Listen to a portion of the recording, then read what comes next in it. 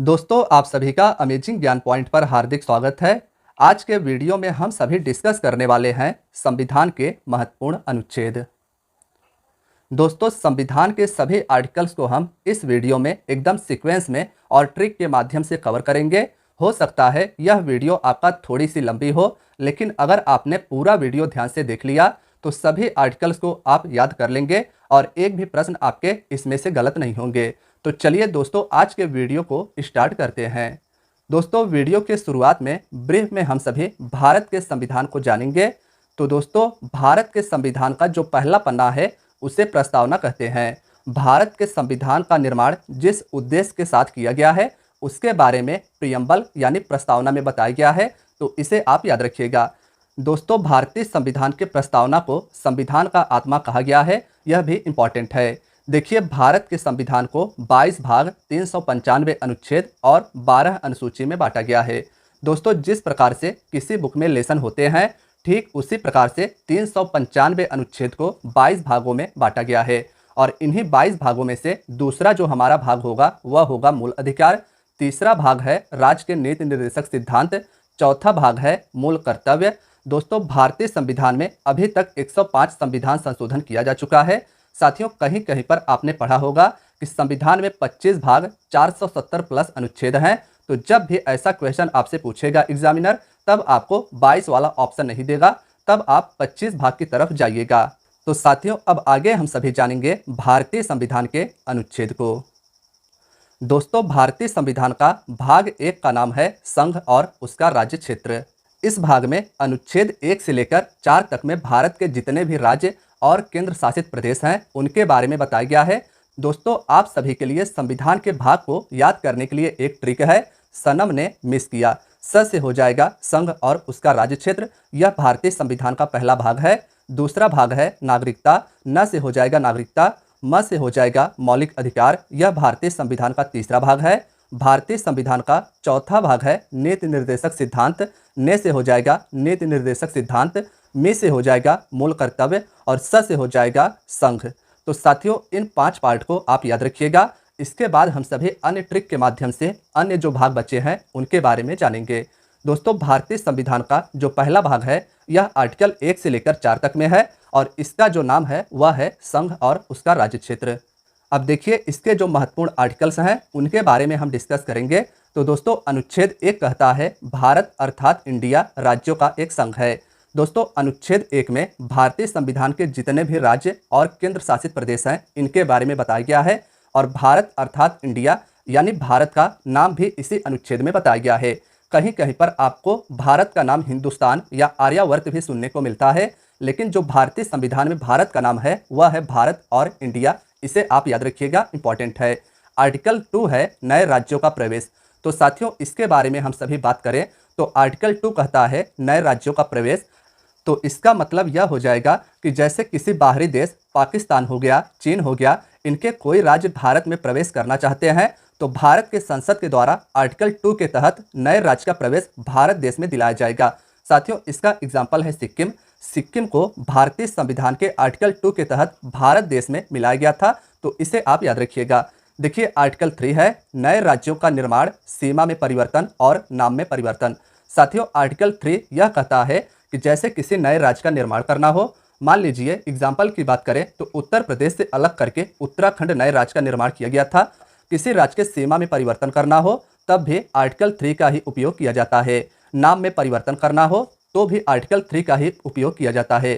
साथियों, आप सभी को बताना चाहता हूं कि पहले उत्तराखंड का नाम हुआ करता था उत्तरांचल, जो कि अनुच्छेद 3 के अंतर्गत इसका नाम परिवर्तित करके उत्तराखंड किया गया। तो साथियों, आशा है कि भाग 1 आप सभी को संपूर्ण रूप से समझ में आ गया होगा। देखिए, भाग 1 के बाद भाग 2 है नागरिकता। नागरिकता के बारे में भारतीय संविधान के आर्टिकल 5 से लेकर 11 तक में बताया गया है। पूछा जाए कि नागरिकता किस भाग में है तो भाग 2 कौन से आर्टिकल से लेकर कौन से आर्टिकल तक में है तो 5 से लेकर 11 तक में नागरिकता का वर्णन है। अब साथियों, नागरिकता को जो याद करने की ट्रिक है वह है नागपंचमी, यानी नागरिकता भारत में 5 प्रकार से मिल सकता है, इसे आप याद रखिएगा। अब जो नागरिकता के 5 प्रकार हैं उनको याद करने की ट्रिक है ब्रांड। बी से हो जाएगा बर्थ से, आर से हो जाएगा रजिस्ट्रेशन यानी पंजीकरण के माध्यम से नागरिकता, ए से हो जाएगा एरिया यानी भूमि विस्तार के कारण नागरिकता, एन से हो जाएगा नेचुरलाइजेशन यानी देशीयकरण के माध्यम से नागरिकता, और डी से हो जाएगा डिसेंट यानी वंशानुगत के माध्यम से नागरिकता। तो पूछा जाए कि भारत में कितने प्रकार से नागरिकता प्राप्त की जा सकती है, तो 5 प्रकार। इसका ट्रिक आप सभी को याद कर लेना है।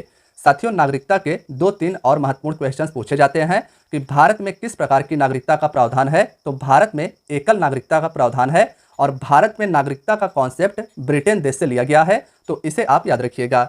देखिए दोस्तों, भारत में नागरिकता का प्रकार ब्रिटेन देश से लिया गया है। बात करें अन्य देशों की, तो प्रमुखता से नाम आता है अमेरिका का। देखिए, अमेरिका में जो नागरिकता प्रदान की जाती है वह स्टेट और देश दोनों का प्रदान किया जाता है, यानी कि वहां पर नागरिकता दोहरे प्रकार की है, लेकिन भारत में केवल एक यानी देश की नागरिकता आप सभी को लेनी है। अब देखिए दोस्तों, भाग 2 के बाद नंबर आता है भाग 3 का। भाग 3 मौलिक अधिकार है, इंपॉर्टेंट है, याद रखिएगा। भाग 3 12 अनुच्छेद से लेकर 35 तक में 12 अनुच्छेद से लेकर 35 अनुच्छेद तक में मौलिक अधिकार का वर्णन है। देखिए साथियों, मौलिक अधिकार के इंपॉर्टेंट फैक्ट्स की बात करें तो इसे यूएसए यानी अमेरिका के संविधान से भारत के संविधान में ग्रहण किया गया है। नागरिकता कहाँ से लिया गया है, पूछा जाए तो वह लिया गया है ब्रिटेन से। मौलिक अधिकार कहाँ से लिया गया है, पूछा जाए तो बताइएगा अमेरिका से। दोस्तों, भारतीय संविधान के भाग 3 यानी मौलिक अधिकार को भारत का अधिकार पत्र यानी मैग्ना कार्टा कहा गया है, यह भी इंपॉर्टेंट है। संवैधानिक उपचार के अधिकार को डॉक्टर भीमराव अंबेडकर ने संविधान की आत्मा कहा है। साथियों, संवैधानिक उपचारों का अधिकार भारत के नागरिकों को प्राप्त 6 मौलिक जो अधिकार हैं उन्हीं में से एक है, और पूछा जाता है कि डॉक्टर भीमराव अंबेडकर जी ने संविधान की आत्मा किस अधिकार को कहा है, तो संवैधानिक उपचारों के अधिकार को जो मौलिक अधिकार है इसे डॉक्टर भीमराव अंबेडकर जी के द्वारा भारतीय संविधान की आत्मा कहा गया है। अब साथियों, मौलिक अधिकार भारत के नागरिकों को 6 प्रकार से प्राप्त हैं। वे कौन कौन से हैं, इसके लिए ट्रिक है समस्त, शोध, संस्कृति, उपचार। इसका आप सभी स्क्रीनशॉट ले लीजिएगा। सम से हो जाएगा समानता का अधिकार, ये 6 मौलिक अधिकार में से एक है। अज से हो जाएगा स्वतंत्रता का अधिकार, यह दूसरा अधिकार है। सो से हो जाएगा शोषण के विरुद्ध अधिकार, यह तीसरा मौलिक अधिकार है। ध से हो जाएगा धर्म के स्वतंत्रता का अधिकार। संस्कृति से हो जाएगा शिक्षा और संस्कृति का अधिकार, और उपचार से हो जाएगा संवैधानिक उपचार का अधिकार। तो 6 जो मौलिक अधिकार भारतीय नागरिकों को प्राप्त हैं वे कौन से आर्टिकल से लेकर कौन से आर्टिकल तक हैं, तो 12 से लेकर 35 तक में। कौन से भाग में है, तो भाग 3 याद रखिएगा। इसके लिए आपका जो ट्रिक है इसका आप स्क्रीनशॉट ले लीजिएगा। दोस्तों, अब भाग 3 के बाद नंबर आता है भाग 4 का। देखिए, भाग 4 है राज्य के नीति निर्देशक सिद्धांत, जो भारतीय संविधान के आर्टिकल 36 से लेकर 51 तक में है।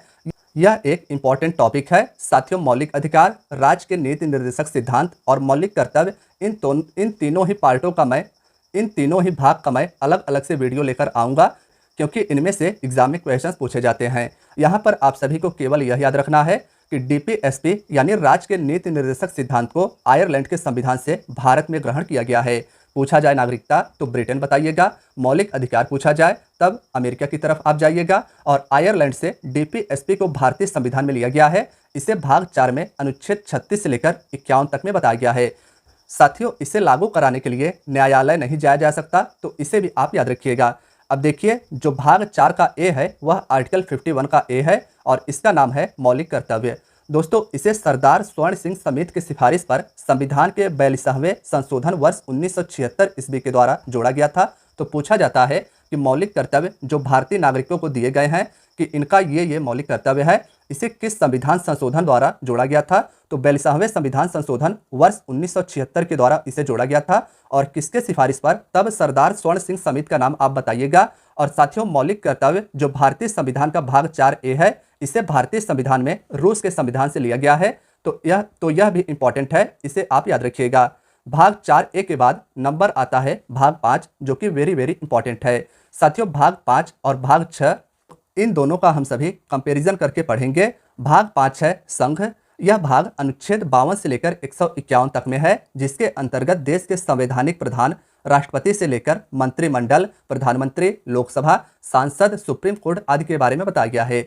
दोस्तों, संविधान का भाग 6 है राज्य। नाम याद रखिएगा, संघ भाग 5 में है और भाग 6 में है राज्य। भाग 6 में अनुच्छेद 152 से लेकर 237 तक में राज्यपाल, मुख्यमंत्री, मुख्यमंत्री का मंत्रिपरिषद, विधान परिषद, विधानमंडल, हाई कोर्ट तक के बारे में बताया गया है। दोस्तों भाग 5 और भाग 6 को हम सभी कंपैरिजन करके पढ़ेंगे, क्योंकि इनके बहुत से चीज़ें सिमिलर हैं। जैसे देश का जो संवैधानिक प्रधान होता है वह होता है राष्ट्रपति, और इसके पद को आर्टिकल 52 में बताया गया है। और दोस्तों ठीक उसी प्रकार से राज्य का जो संवैधानिक प्रमुख होता है वह होता है राज्यपाल, और इसके पद को भारतीय संविधान के आर्टिकल 153 में बताया गया है। देखिए साथियों, राष्ट्रपति के पद का अनुच्छेद 52 और राज्यपाल के पद का अनुच्छेद 153 है, तो इसे आप याद करने के लिए 101 को जोड़कर याद कर सकते हैं। इसके बाद आप एक और ट्रिक का इस्तेमाल करके महत्वपूर्ण आर्टिकल्स को याद कर सकते हैं। देखिए साथियों, राष्ट्रपति आर्टिकल 52, इसमें 11 जोड़ने पर उपराष्ट्रपति, और इसमें भी 11 जोड़ देने पर एक और इंपॉर्टेंट आर्टिकल आपको याद हो जाएगा, आर्टिकल 74। आर्टिकल 74 में मंत्रिमंडल को बताया गया है, तो इसे भी आप याद रखिएगा। देखिए साथियों, अब जो राष्ट्रपति है और राज्यपाल है, इनके लिए मैंने आप सभी को एक ट्रिक बता दिया है। ट्रिक है पकानी को का दुयो दशम, प से हो जाएगा पद राष्ट्रपति का, जिसे भारतीय संविधान के आर्टिकल 52 में बताया गया है। ये सभी सीक्वेंस में पूछ लिए जाते हैं, तो ट्रिक आप याद कर लीजिएगा। का से हो जाएगा राष्ट्रपति कार्यपालिका का प्रधान है, यह आर्टिकल 53 में है। निर्वाचन जो है राष्ट्रपति का वह आर्टिकल 54 में है। कोटा यानी रीत राष्ट्रपति का आर्टिकल 55 में है। कार्यकाल राष्ट्रपति का जो 5 वर्ष का होता है वह 56 आर्टिकल में है। कोई भी व्यक्ति दोबारा राष्ट्रपति किस अनुच्छेद के द्वारा बन सकता है, तो आर्टिकल 57। योग्यता राष्ट्रपति का आर्टिकल 58। दशाएं यानी राष्ट्रपति बनने के लिए जो शर्तें हैं वह आर्टिकल 59 में बताया गया है। शपथ राष्ट्रपति का आर्टिकल 60 में बताया गया है, और राष्ट्रपति पर महाभियोग आर्टिकल 61 में बताया गया है। साथियों, महाभियोग के द्वारा भारत के राष्ट्रपति को हटाया जा सकता है, लेकिन महाभियोग लाने से 14 दिन पहले भारत के राष्ट्रपति को सूचित करना अनिवार्य होता है। तो याद रखिएगा, आर्टिकल 61 में महाभियोग के बारे में बताया गया है। इसी के माध्यम से भारत के राष्ट्रपति को हटाया जा सकता है, लेकिन 14 दिन पहले भारत के राष्ट्रपति को इसके बारे में सूचना देना अनिवार्य होगा। देखिए साथियों, अब जो राज्यपाल है उसके लिए ट्रिक है राजा का नाक योगा से साफ। राजा से हो जाएगा पद राज्यपाल का, यह आर्टिकल 153 में है। कार्यपालिका के बारे में आर्टिकल 154 में बताया गया है। यह जो राज्यपाल है इसके कार्यपालिका के बारे में 154। देखिए साथियों, अगर इसमें भी आप 101 यानी 101 जोड़ देते हैं, राज्यपाल के कार्यपालिका के बारे में 154 में बताया गया है। निर्वाचन 54 में इसमें है यानी राष्ट्रपति में है। अगर इसमें भी आप 101 जोड़ देते हैं तब आपका यहाँ पर भी राज्यपाल का नियुक्ति यानी निर्वाचन के बारे में बताया गया है। तो इस ट्रिक के माध्यम से भी आप याद कर सकते हैं। देखिए दोस्तों, अनुच्छेद 61 के बाद में अब हम सभी अनुच्छेद 72 को जानेंगे, जो राष्ट्रपति से संबंधित है। अनुच्छेद 72 भी कई बार पूछा जा चुका है। राष्ट्रपति अनुच्छेद 72 के द्वारा किसी भी व्यक्ति को क्षमा दान कर सकता है।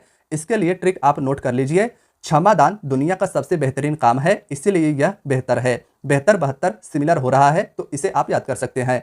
आर्टिकल 123 की बात करें तो आर्टिकल 123 जरूरी है जब देश में राज्यसभा और लोकसभा का बैठक न चल रहा हो और कोई महत्वपूर्ण विषय है जिसमें देश को कानून की आवश्यकता होती है, तब अध्यादेश राष्ट्रपति के द्वारा लाया जाता है और राष्ट्रपति के हस्ताक्षर के बाद वह कानून बन जाता है। दोस्तों, इस अध्यादेश का जो राष्ट्रपति के द्वारा लाया जाता है, इसका प्रभाव संसद सत्र के शुरू होने के 6 सप्ताह तक ही रहता है, तो इसे भी आप याद रखिएगा। देखिए साथियों, अगला जो संघ के अंतर्गत हमारा जो महत्वपूर्ण पद है वह है उपराष्ट्रपति। उपराष्ट्रपति के पद के बारे में आर्टिकल 63 में उपराष्ट्रपति राज्यसभा का पदेन सभापति होता है, यह आर्टिकल 64 में बताया गया है। राष्ट्रपति का पद खाली होने पर उपराष्ट्रपति राष्ट्रपति की हैसियत से कार्य करता है, यह आर्टिकल 65 में बताया गया है। अब देखिए साथियों, आगे के स्लाइड में हम सभी प्रधानमंत्री और मुख्यमंत्री को कंपैरिजन करके जानेंगे। देश में प्रधानमंत्री और राज्य में मुख्यमंत्री सिमिलर होते हैं, तो इनको भी हम सभी कंपैरिजन करके पढ़ेंगे। दोस्तों देखिए, मंत्रिमंडल आर्टिकल 74 में है। आर्टिकल 74 के अनुसार राष्ट्रपति को उसके कार्यों को करने और सलाह देने के लिए एक मंत्रिपरिषद होगा, जिसका प्रधान कौन होता है, तो प्रधानमंत्री मंत्रिपरिषद का अध्यक्ष होता है। यानी मंत्रिमंडल राष्ट्रपति के सहायता के लिए होता है और उसका प्रधान प्रधानमंत्री होता है, जिसे आर्टिकल 75 में बताया गया है। साथियों, आर्टिकल 75 के अनुसार प्रधानमंत्री की नियुक्ति राष्ट्रपति करता है और अन्य मंत्रियों की नियुक्ति भी राष्ट्रपति प्रधानमंत्री की सलाह पर करता है। दोस्तों, सभी को तो पता ही है कि राष्ट्रपति भारत का संवैधानिक प्रधान होता है। मेन शक्ति जो होती है वह तो प्रधानमंत्री के हाथों में ही होती है। अगला आर्टिकल जो है वह है आर्टिकल 76। इसमें महान्यायवादी के बारे में बताया गया है। साथियों, महान्यायवादी की नियुक्ति भारत के राष्ट्रपति के द्वारा की जाती है। यह भारत सरकार का सबसे बड़ा कानूनी सलाहकार होता है जो भारत सरकार को कानून के बारे में बताता है। दोस्तों, महान्यायवादी जो होता है वह न तो मंत्रिमंडल का सदस्य होता है और ना ही संसद का सदस्य होता है, तो इसे भी आप याद रखिएगा। अब देखिए, प्रधानमंत्री और मुख्यमंत्री में जो सिमिलर बातें हैं वे ये हैं कि अगर प्रधानमंत्री के आर्टिकल में 89 जोड़ा जाए तब मुख्यमंत्री का पद आर्टिकल 164 में हो जाएगा। मंत्रिमंडल यानी जो केंद्र स्तर पर मंत्रिमंडल होता है उसके बारे में भारतीय संविधान के आर्टिकल 74 में, इसमें अगर आप 89 जोड़ेंगे तब आर्टिकल 163 में राज्य के मंत्रिमंडल के बारे में बताया गया है। प्रधानमंत्री 75 में और इसमें 89 जोड़ने पर अनुच्छेद 164 में मुख्यमंत्री का नाम आता है। अब देखिए साथियों, अनुच्छेद 76 में महान्यायवादी है जो भारत सरकार का कानूनी सलाहकार होता है, और जो आर्टिकल 165 है, अगर हम महान्यायवादी के आर्टिकल 76 में 89 जोड़ दें तब आर्टिकल 165 के अंतर्गत राज्य का जो सबसे बड़ा कानूनी सलाहकार होता है वह होता है महाधिवक्ता। इसके बारे में बताया गया है। दोस्तों, आगे के वीडियो में हम सभी अब जानेंगे संसद और विधानमंडल के बारे में। इन्हें भी हम सभी कंपैरिजन करके ट्रिक के माध्यम से समझेंगे। तो देखिए साथियों, आप सभी को कई बार कंफ्यूजन होता है कि संसद, राज्यसभा और लोकसभा ये किस किस आर्टिकल में है। तो इसे याद करने के लिए एक ट्रिक है सरला। स से हो जाएगा संसद जो आर्टिकल 79 में है, र से हो जाएगा राज्यसभा जो आर्टिकल 80 में है, ला से हो जाएगा लोकसभा जो आर्टिकल 81 में है। देखिए साथियों, संसद जो है वह इंपॉर्टेंट है। संसद राष्ट्रपति, राज्यसभा और लोकसभा से मिलकर बनता है। इसका जो मुख्य काम होता है वह होता है कानून बनाना। ठीक इसी प्रकार से राज्य में कानून बनाने का जो काम होता है वह होता है विधानमंडल का। संसद कानून बनाता है, कहाँ का? तो देश का। और राज्य का कानून कौन बनाता है? तो वह बनाता है विधानमंडल। देखिए साथियों, बात करें विधानमंडल की तो यह आर्टिकल 168 में है। जब संसद की बात हो रही थी, जब संसद की बात हो तब वह आर्टिकल 79 में है। अगर इसमें 89 हम जोड़ दें तब विधानमंडल यानी राज्य के कानून बनाने वाले संस्था का आर्टिकल आ जाता है। आर्टिकल 80 में राज्यसभा है और आर्टिकल 169 में विधान परिषद का निर्माण है, जिसे हम सभी ट्रिक के माध्यम से 89 जोड़कर याद कर सकते हैं। देखिए साथियों, विधान परिषद जो है यह केवल भारत के 6 राज्यों में है, उत्तर प्रदेश, कर्नाटक, महाराष्ट्र, बिहार, आंध्र प्रदेश और तेलंगाना। यह क्वेश्चन पूछा जाता है कि बताओ भारत के कितने राज्य में विधान परिषद हैं, तो इन 6 राज्यों का नाम आप याद रखिएगा। इसके लिए ट्रिक है TBJUKAM यानी टीबी जुकाम, इसके लिए ट्रिक हो जाएगा। दोस्तों, टी से हो जाएगा तेलंगाना, बी से हो जाएगा बिहार, जे से हो जाएगा जम्मू कश्मीर। अब जम्मू कश्मीर को हटा दिया गया है, तो इसे आप याद रखिएगा कि जम्मू कश्मीर को अब केंद्र शासित प्रदेश बना दिया गया है, उसमें अब विधान परिषद नहीं है। आगे जो है वह है यू यानी उत्तर प्रदेश, के से हो जाएगा कर्नाटक, ए से हो जाएगा आंध्र प्रदेश और यम से हो जाएगा महाराष्ट्र। तो इस तरीके से भी आप जिन भी राज्यों में विधान परिषद हैं उन्हें याद कर सकते हैं। देखिए साथियों, अब हम भाग 5 के अंतर्गत अन्य जो महत्वपूर्ण आर्टिकल्स बचे हैं उनके बारे में बात करेंगे। तो देखिए, आर्टिकल 86 में राष्ट्रपति द्वारा संसद के संबोधन को बताया गया है। राष्ट्रपति संसद को संबोधन किस आर्टिकल के अंतर्गत करता है? तो आर्टिकल 86 आप याद रखिएगा। आर्टिकल 100 की बात करें तो लोकसभा के अध्यक्ष के द्वारा आर्टिकल 100 के अंतर्गत निर्णायक मत दिया जाता है। देखिए साथियों, आप मान लीजिए कि लोकसभा में वोटिंग हुआ हो और मत दोनों साइड से बराबर है, तब लोकसभा के अध्यक्ष महोदय द्वारा अपना निर्णायक मत दिया जाता है, जिससे निर्णय होता है। इसको भी आप याद कर सकते हैं इस तरीके से कि 50-50 मतदान हुए हैं, यानी अनुच्छेद 100 तो निर्णायक मत कौन देगा? लोकसभा का अध्यक्ष। इस तरीके से भी आप याद कर सकते हैं। 100 के बाद अनुच्छेद 108 का नंबर आता है, जिसे संयुक्त अधिवेशन कहते हैं। साथियों, मान लीजिए कि लोकसभा में कोई भी बिल अटका हुआ है तो राज्यसभा में वह बिल पहुंचा ही नहीं है, तब राष्ट्रपति अनुच्छेद 108 के द्वारा लोकसभा और राज्यसभा का संयुक्त अधिवेशन बुलाता है। तो क्वेश्चन में पूछा जाता है कि बताइए संयुक्त अधिवेशन किसके द्वारा बुलाया जाता है? तो राष्ट्रपति याद रखिएगा। और पूछा जाए कि संयुक्त अधिवेशन की अध्यक्षता कौन करता है, तब आप याद रखिएगा लोकसभा के अध्यक्ष के द्वारा संयुक्त अधिवेशन की अध्यक्षता की जाती है। साथियों, आर्टिकल 108 के बाद नंबर आता है आर्टिकल 110 का। आर्टिकल 110 धन विधेयक से संबंधित है। धन विधेयक का मतलब होगा सरकार के द्वारा पैसों को इकट्ठा करना यानी धन जुटाना। जैसे सरकार टैक्स लगाकर या ऋण लेकर पैसों को जुटा सकती है, इसे ही धन विधेयक कहते हैं। इसे सबसे पहले लोकसभा में लाया जाता है। तो साथियों, इसे भी आप याद रखिएगा।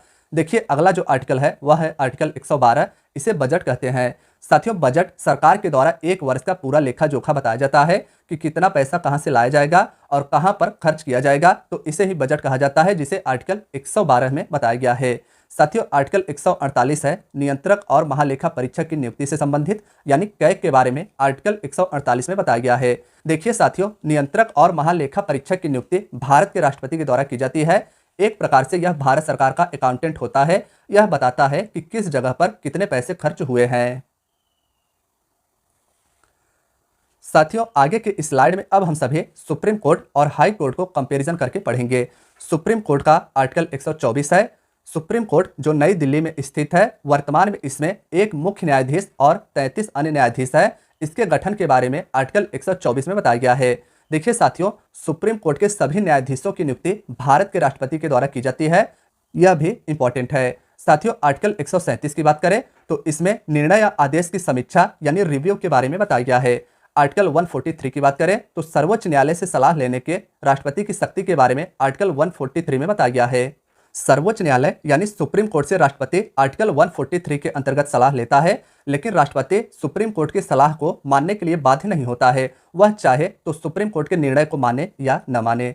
देखिए साथियों, अब जो हमारा हाई कोर्ट है वह है आर्टिकल 214 में। राज्यों के लिए एक उच्च न्यायालय होगा। यह आर्टिकल 214 में है। इसे आप सभी +90 करके याद कर सकते हैं। देखिए, सुप्रीम कोर्ट जो भारत का सर्वोच्च न्यायालय होता है, यह आर्टिकल 124 में है। इसमें अगर हम 90+ करते हैं तब राज्य के लिए एक उच्च न्यायालय होगा। यह आर्टिकल 214 में बताया गया है।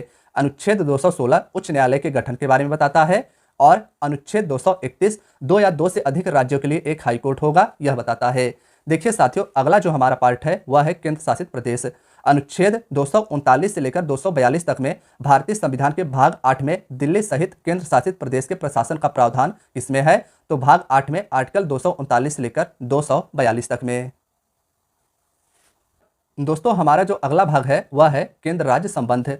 देखिए साथियों, राज्य सूची के विषय पर कानून बनाने के अधिकार के बारे में आर्टिकल 249 में बताया गया है। यदि राज्यसभा चाहे कि राज्य सूची का कोई भी विषय राष्ट्र हित के लिए आवश्यक है, तब वह लोकसभा को 1 वर्ष के लिए कानून बनाने के लिए कह सकती है। यह आर्टिकल 249 के अंतर्गत किया जाता है। आर्टिकल 262 की बात करें तो दो राज्यों के बीच के नदी के पानी को लेकर हुए विवाद के लिए संसद कानून बना सकती है। जैसे एग्जाम्पल है कावेरी नदी विवाद। यह कर्नाटक और तमिलनाडु राज्य के बीच में है। इस पर अगर संसद चाहे तो कानून बना सकती है। तो यह कौन से आर्टिकल में है? आर्टिकल 262 में है। आर्टिकल 263 है अंतरराज्यीय परिषद की स्थापना। देखिए दोस्तों, केंद्र और राज्य के संबंधों और उनके बीच में होने वाले विवादों के समाधान के लिए राष्ट्रपति के द्वारा अंतरराज्यीय परिषद की स्थापना की जाती है। तो अंतरराज्यीय परिषद किस आर्टिकल में है? आर्टिकल 263 में। किसके द्वारा इसकी स्थापना की जाती है? तो राष्ट्रपति के द्वारा अंतरराज्यीय परिषद की स्थापना की जाती है। अगला भाग है वित्त, संपत्ति और वाद। देखिए दोस्तों, इसके अंतर्गत आर्टिकल 280 वित्त आयोग की स्थापना से संबंधित है। भारत के राष्ट्रपति के द्वारा प्रति 5 वर्ष में वित्त आयोग की स्थापना की जाती है। वित्त आयोग की स्थापना कौन करता है? तो भारत का राष्ट्रपति करता है। इस वित्त आयोग के द्वारा केंद्र और राज्यों के बीच कर यानी टैक्स के बंटवारे से संबंधित बातें बताई जाती हैं कि कैसे टैक्स को डिवाइड करना है आपस में केंद्र और राज्यों के बीच में। आर्टिकल 312 देख लीजिए। इसमें नई अखिल भारतीय सेवाओं की स्थापना यानी IAS, IPS और IPS और IFS के बारे में बताया गया है। देखिए, आर्टिकल 315 की बात करें तो साथियों, लोक सेवा आयोग की स्थापना यह आर्टिकल 315 के अंतर्गत बताया गया है। आर्टिकल 315 के द्वारा संघ और राज्य के लिए लोक सेवा आयोग की स्थापना की बात की गई है। दोस्तों, भाग 15 है निर्वाचन आयोग। निर्वाचन आयोग के बारे में आर्टिकल 324 में बताया गया है। भारत का जो मुख्य चुनाव आयुक्त और अन्य चुनाव आयुक्त होता है, इसकी नियुक्ति भारत के राष्ट्रपति के द्वारा की जाती है। साथियों, इंपॉर्टेंट है। अब चुनाव आयोग के कार्य की बात करें तो चुनाव आयोग का कार्य होता है मतदाता सूची को तैयार करना, राजनीतिक दलों को मान्यता प्रदान करना। ये सभी कार्य आर्टिकल 324 के अंतर्गत निर्वाचन आयोग के बारे में बताए गए हैं। साथियों, अन्य आर्टिकल की बात करें तो अनुच्छेद 330 है। इसमें लोकसभा में अनुसूचित जातियों यानी SC और अनुसूचित जनजातियों के लिए आरक्षण है यानी रिजर्वेशन SC ST के लिए लोकसभा में आर्टिकल 330 भाग 15 के अंतर्गत दिए जाते हैं। साथियों, अगला जो हमारा भाग है वह है राजभाषा। अनुच्छेद 343 में संघ की आधिकारिक भाषा देवनागरी लिपि में हिंदी होगा। तो साथियों, यह भी आर्टिकल आप याद रखिएगा। देखिए दोस्तों, आज के वीडियो का हमारा जो आखिरी स्लाइड है इसमें आपातकाल के बारे में बताया गया है। देखिए, भारत में आपातकाल 3 तरीके से लगता है, जिसे आर्टिकल 352, 356 और अनुच्छेद 360 के अंतर्गत बताया गया है। इसे याद करने की जो ट्रिक है वह है +4। देखिए, जब 352 में +4 कर देंगे तब 356 यानी राष्ट्रपति शासन हो जाएगा। 352 में राष्ट्रीय आपातकाल होगा। साथियों, राष्ट्रपति के द्वारा आर्टिकल 352 के अंतर्गत राष्ट्रीय आपातकाल लगाया जाता है। आर्टिकल 356 की बात करें तो किसी राज्य का राज्यपाल राष्ट्रपति को अगर यह बताता है कि उसके राज्य में कानून व्यवस्था असफल है, तो राष्ट्रपति के द्वारा उस राज्य में राष्ट्रपति शासन को लगाया जाता है। अनुच्छेद 360 में वित्तीय आपातकाल को बताया गया है। साथियों, जो आखिरी महत्वपूर्ण अनुच्छेद है वह है संविधान संशोधन, जो आर्टिकल 368 में है और इसे दक्षिण अफ्रीका के संविधान से भारत के संविधान में ग्रहण किया गया है। संसद को संविधान के किसी भी भाग को संशोधन करने का अधिकार किस आर्टिकल से है, तो आर्टिकल 368 आप याद रखिएगा। तो दोस्तों, आज की आपकी वीडियो यहीं तक थे। वीडियो कैसी लगी अपना फीडबैक हमें कमेंट बॉक्स में जरूर बताइएगा। धन्यवाद दोस्तों।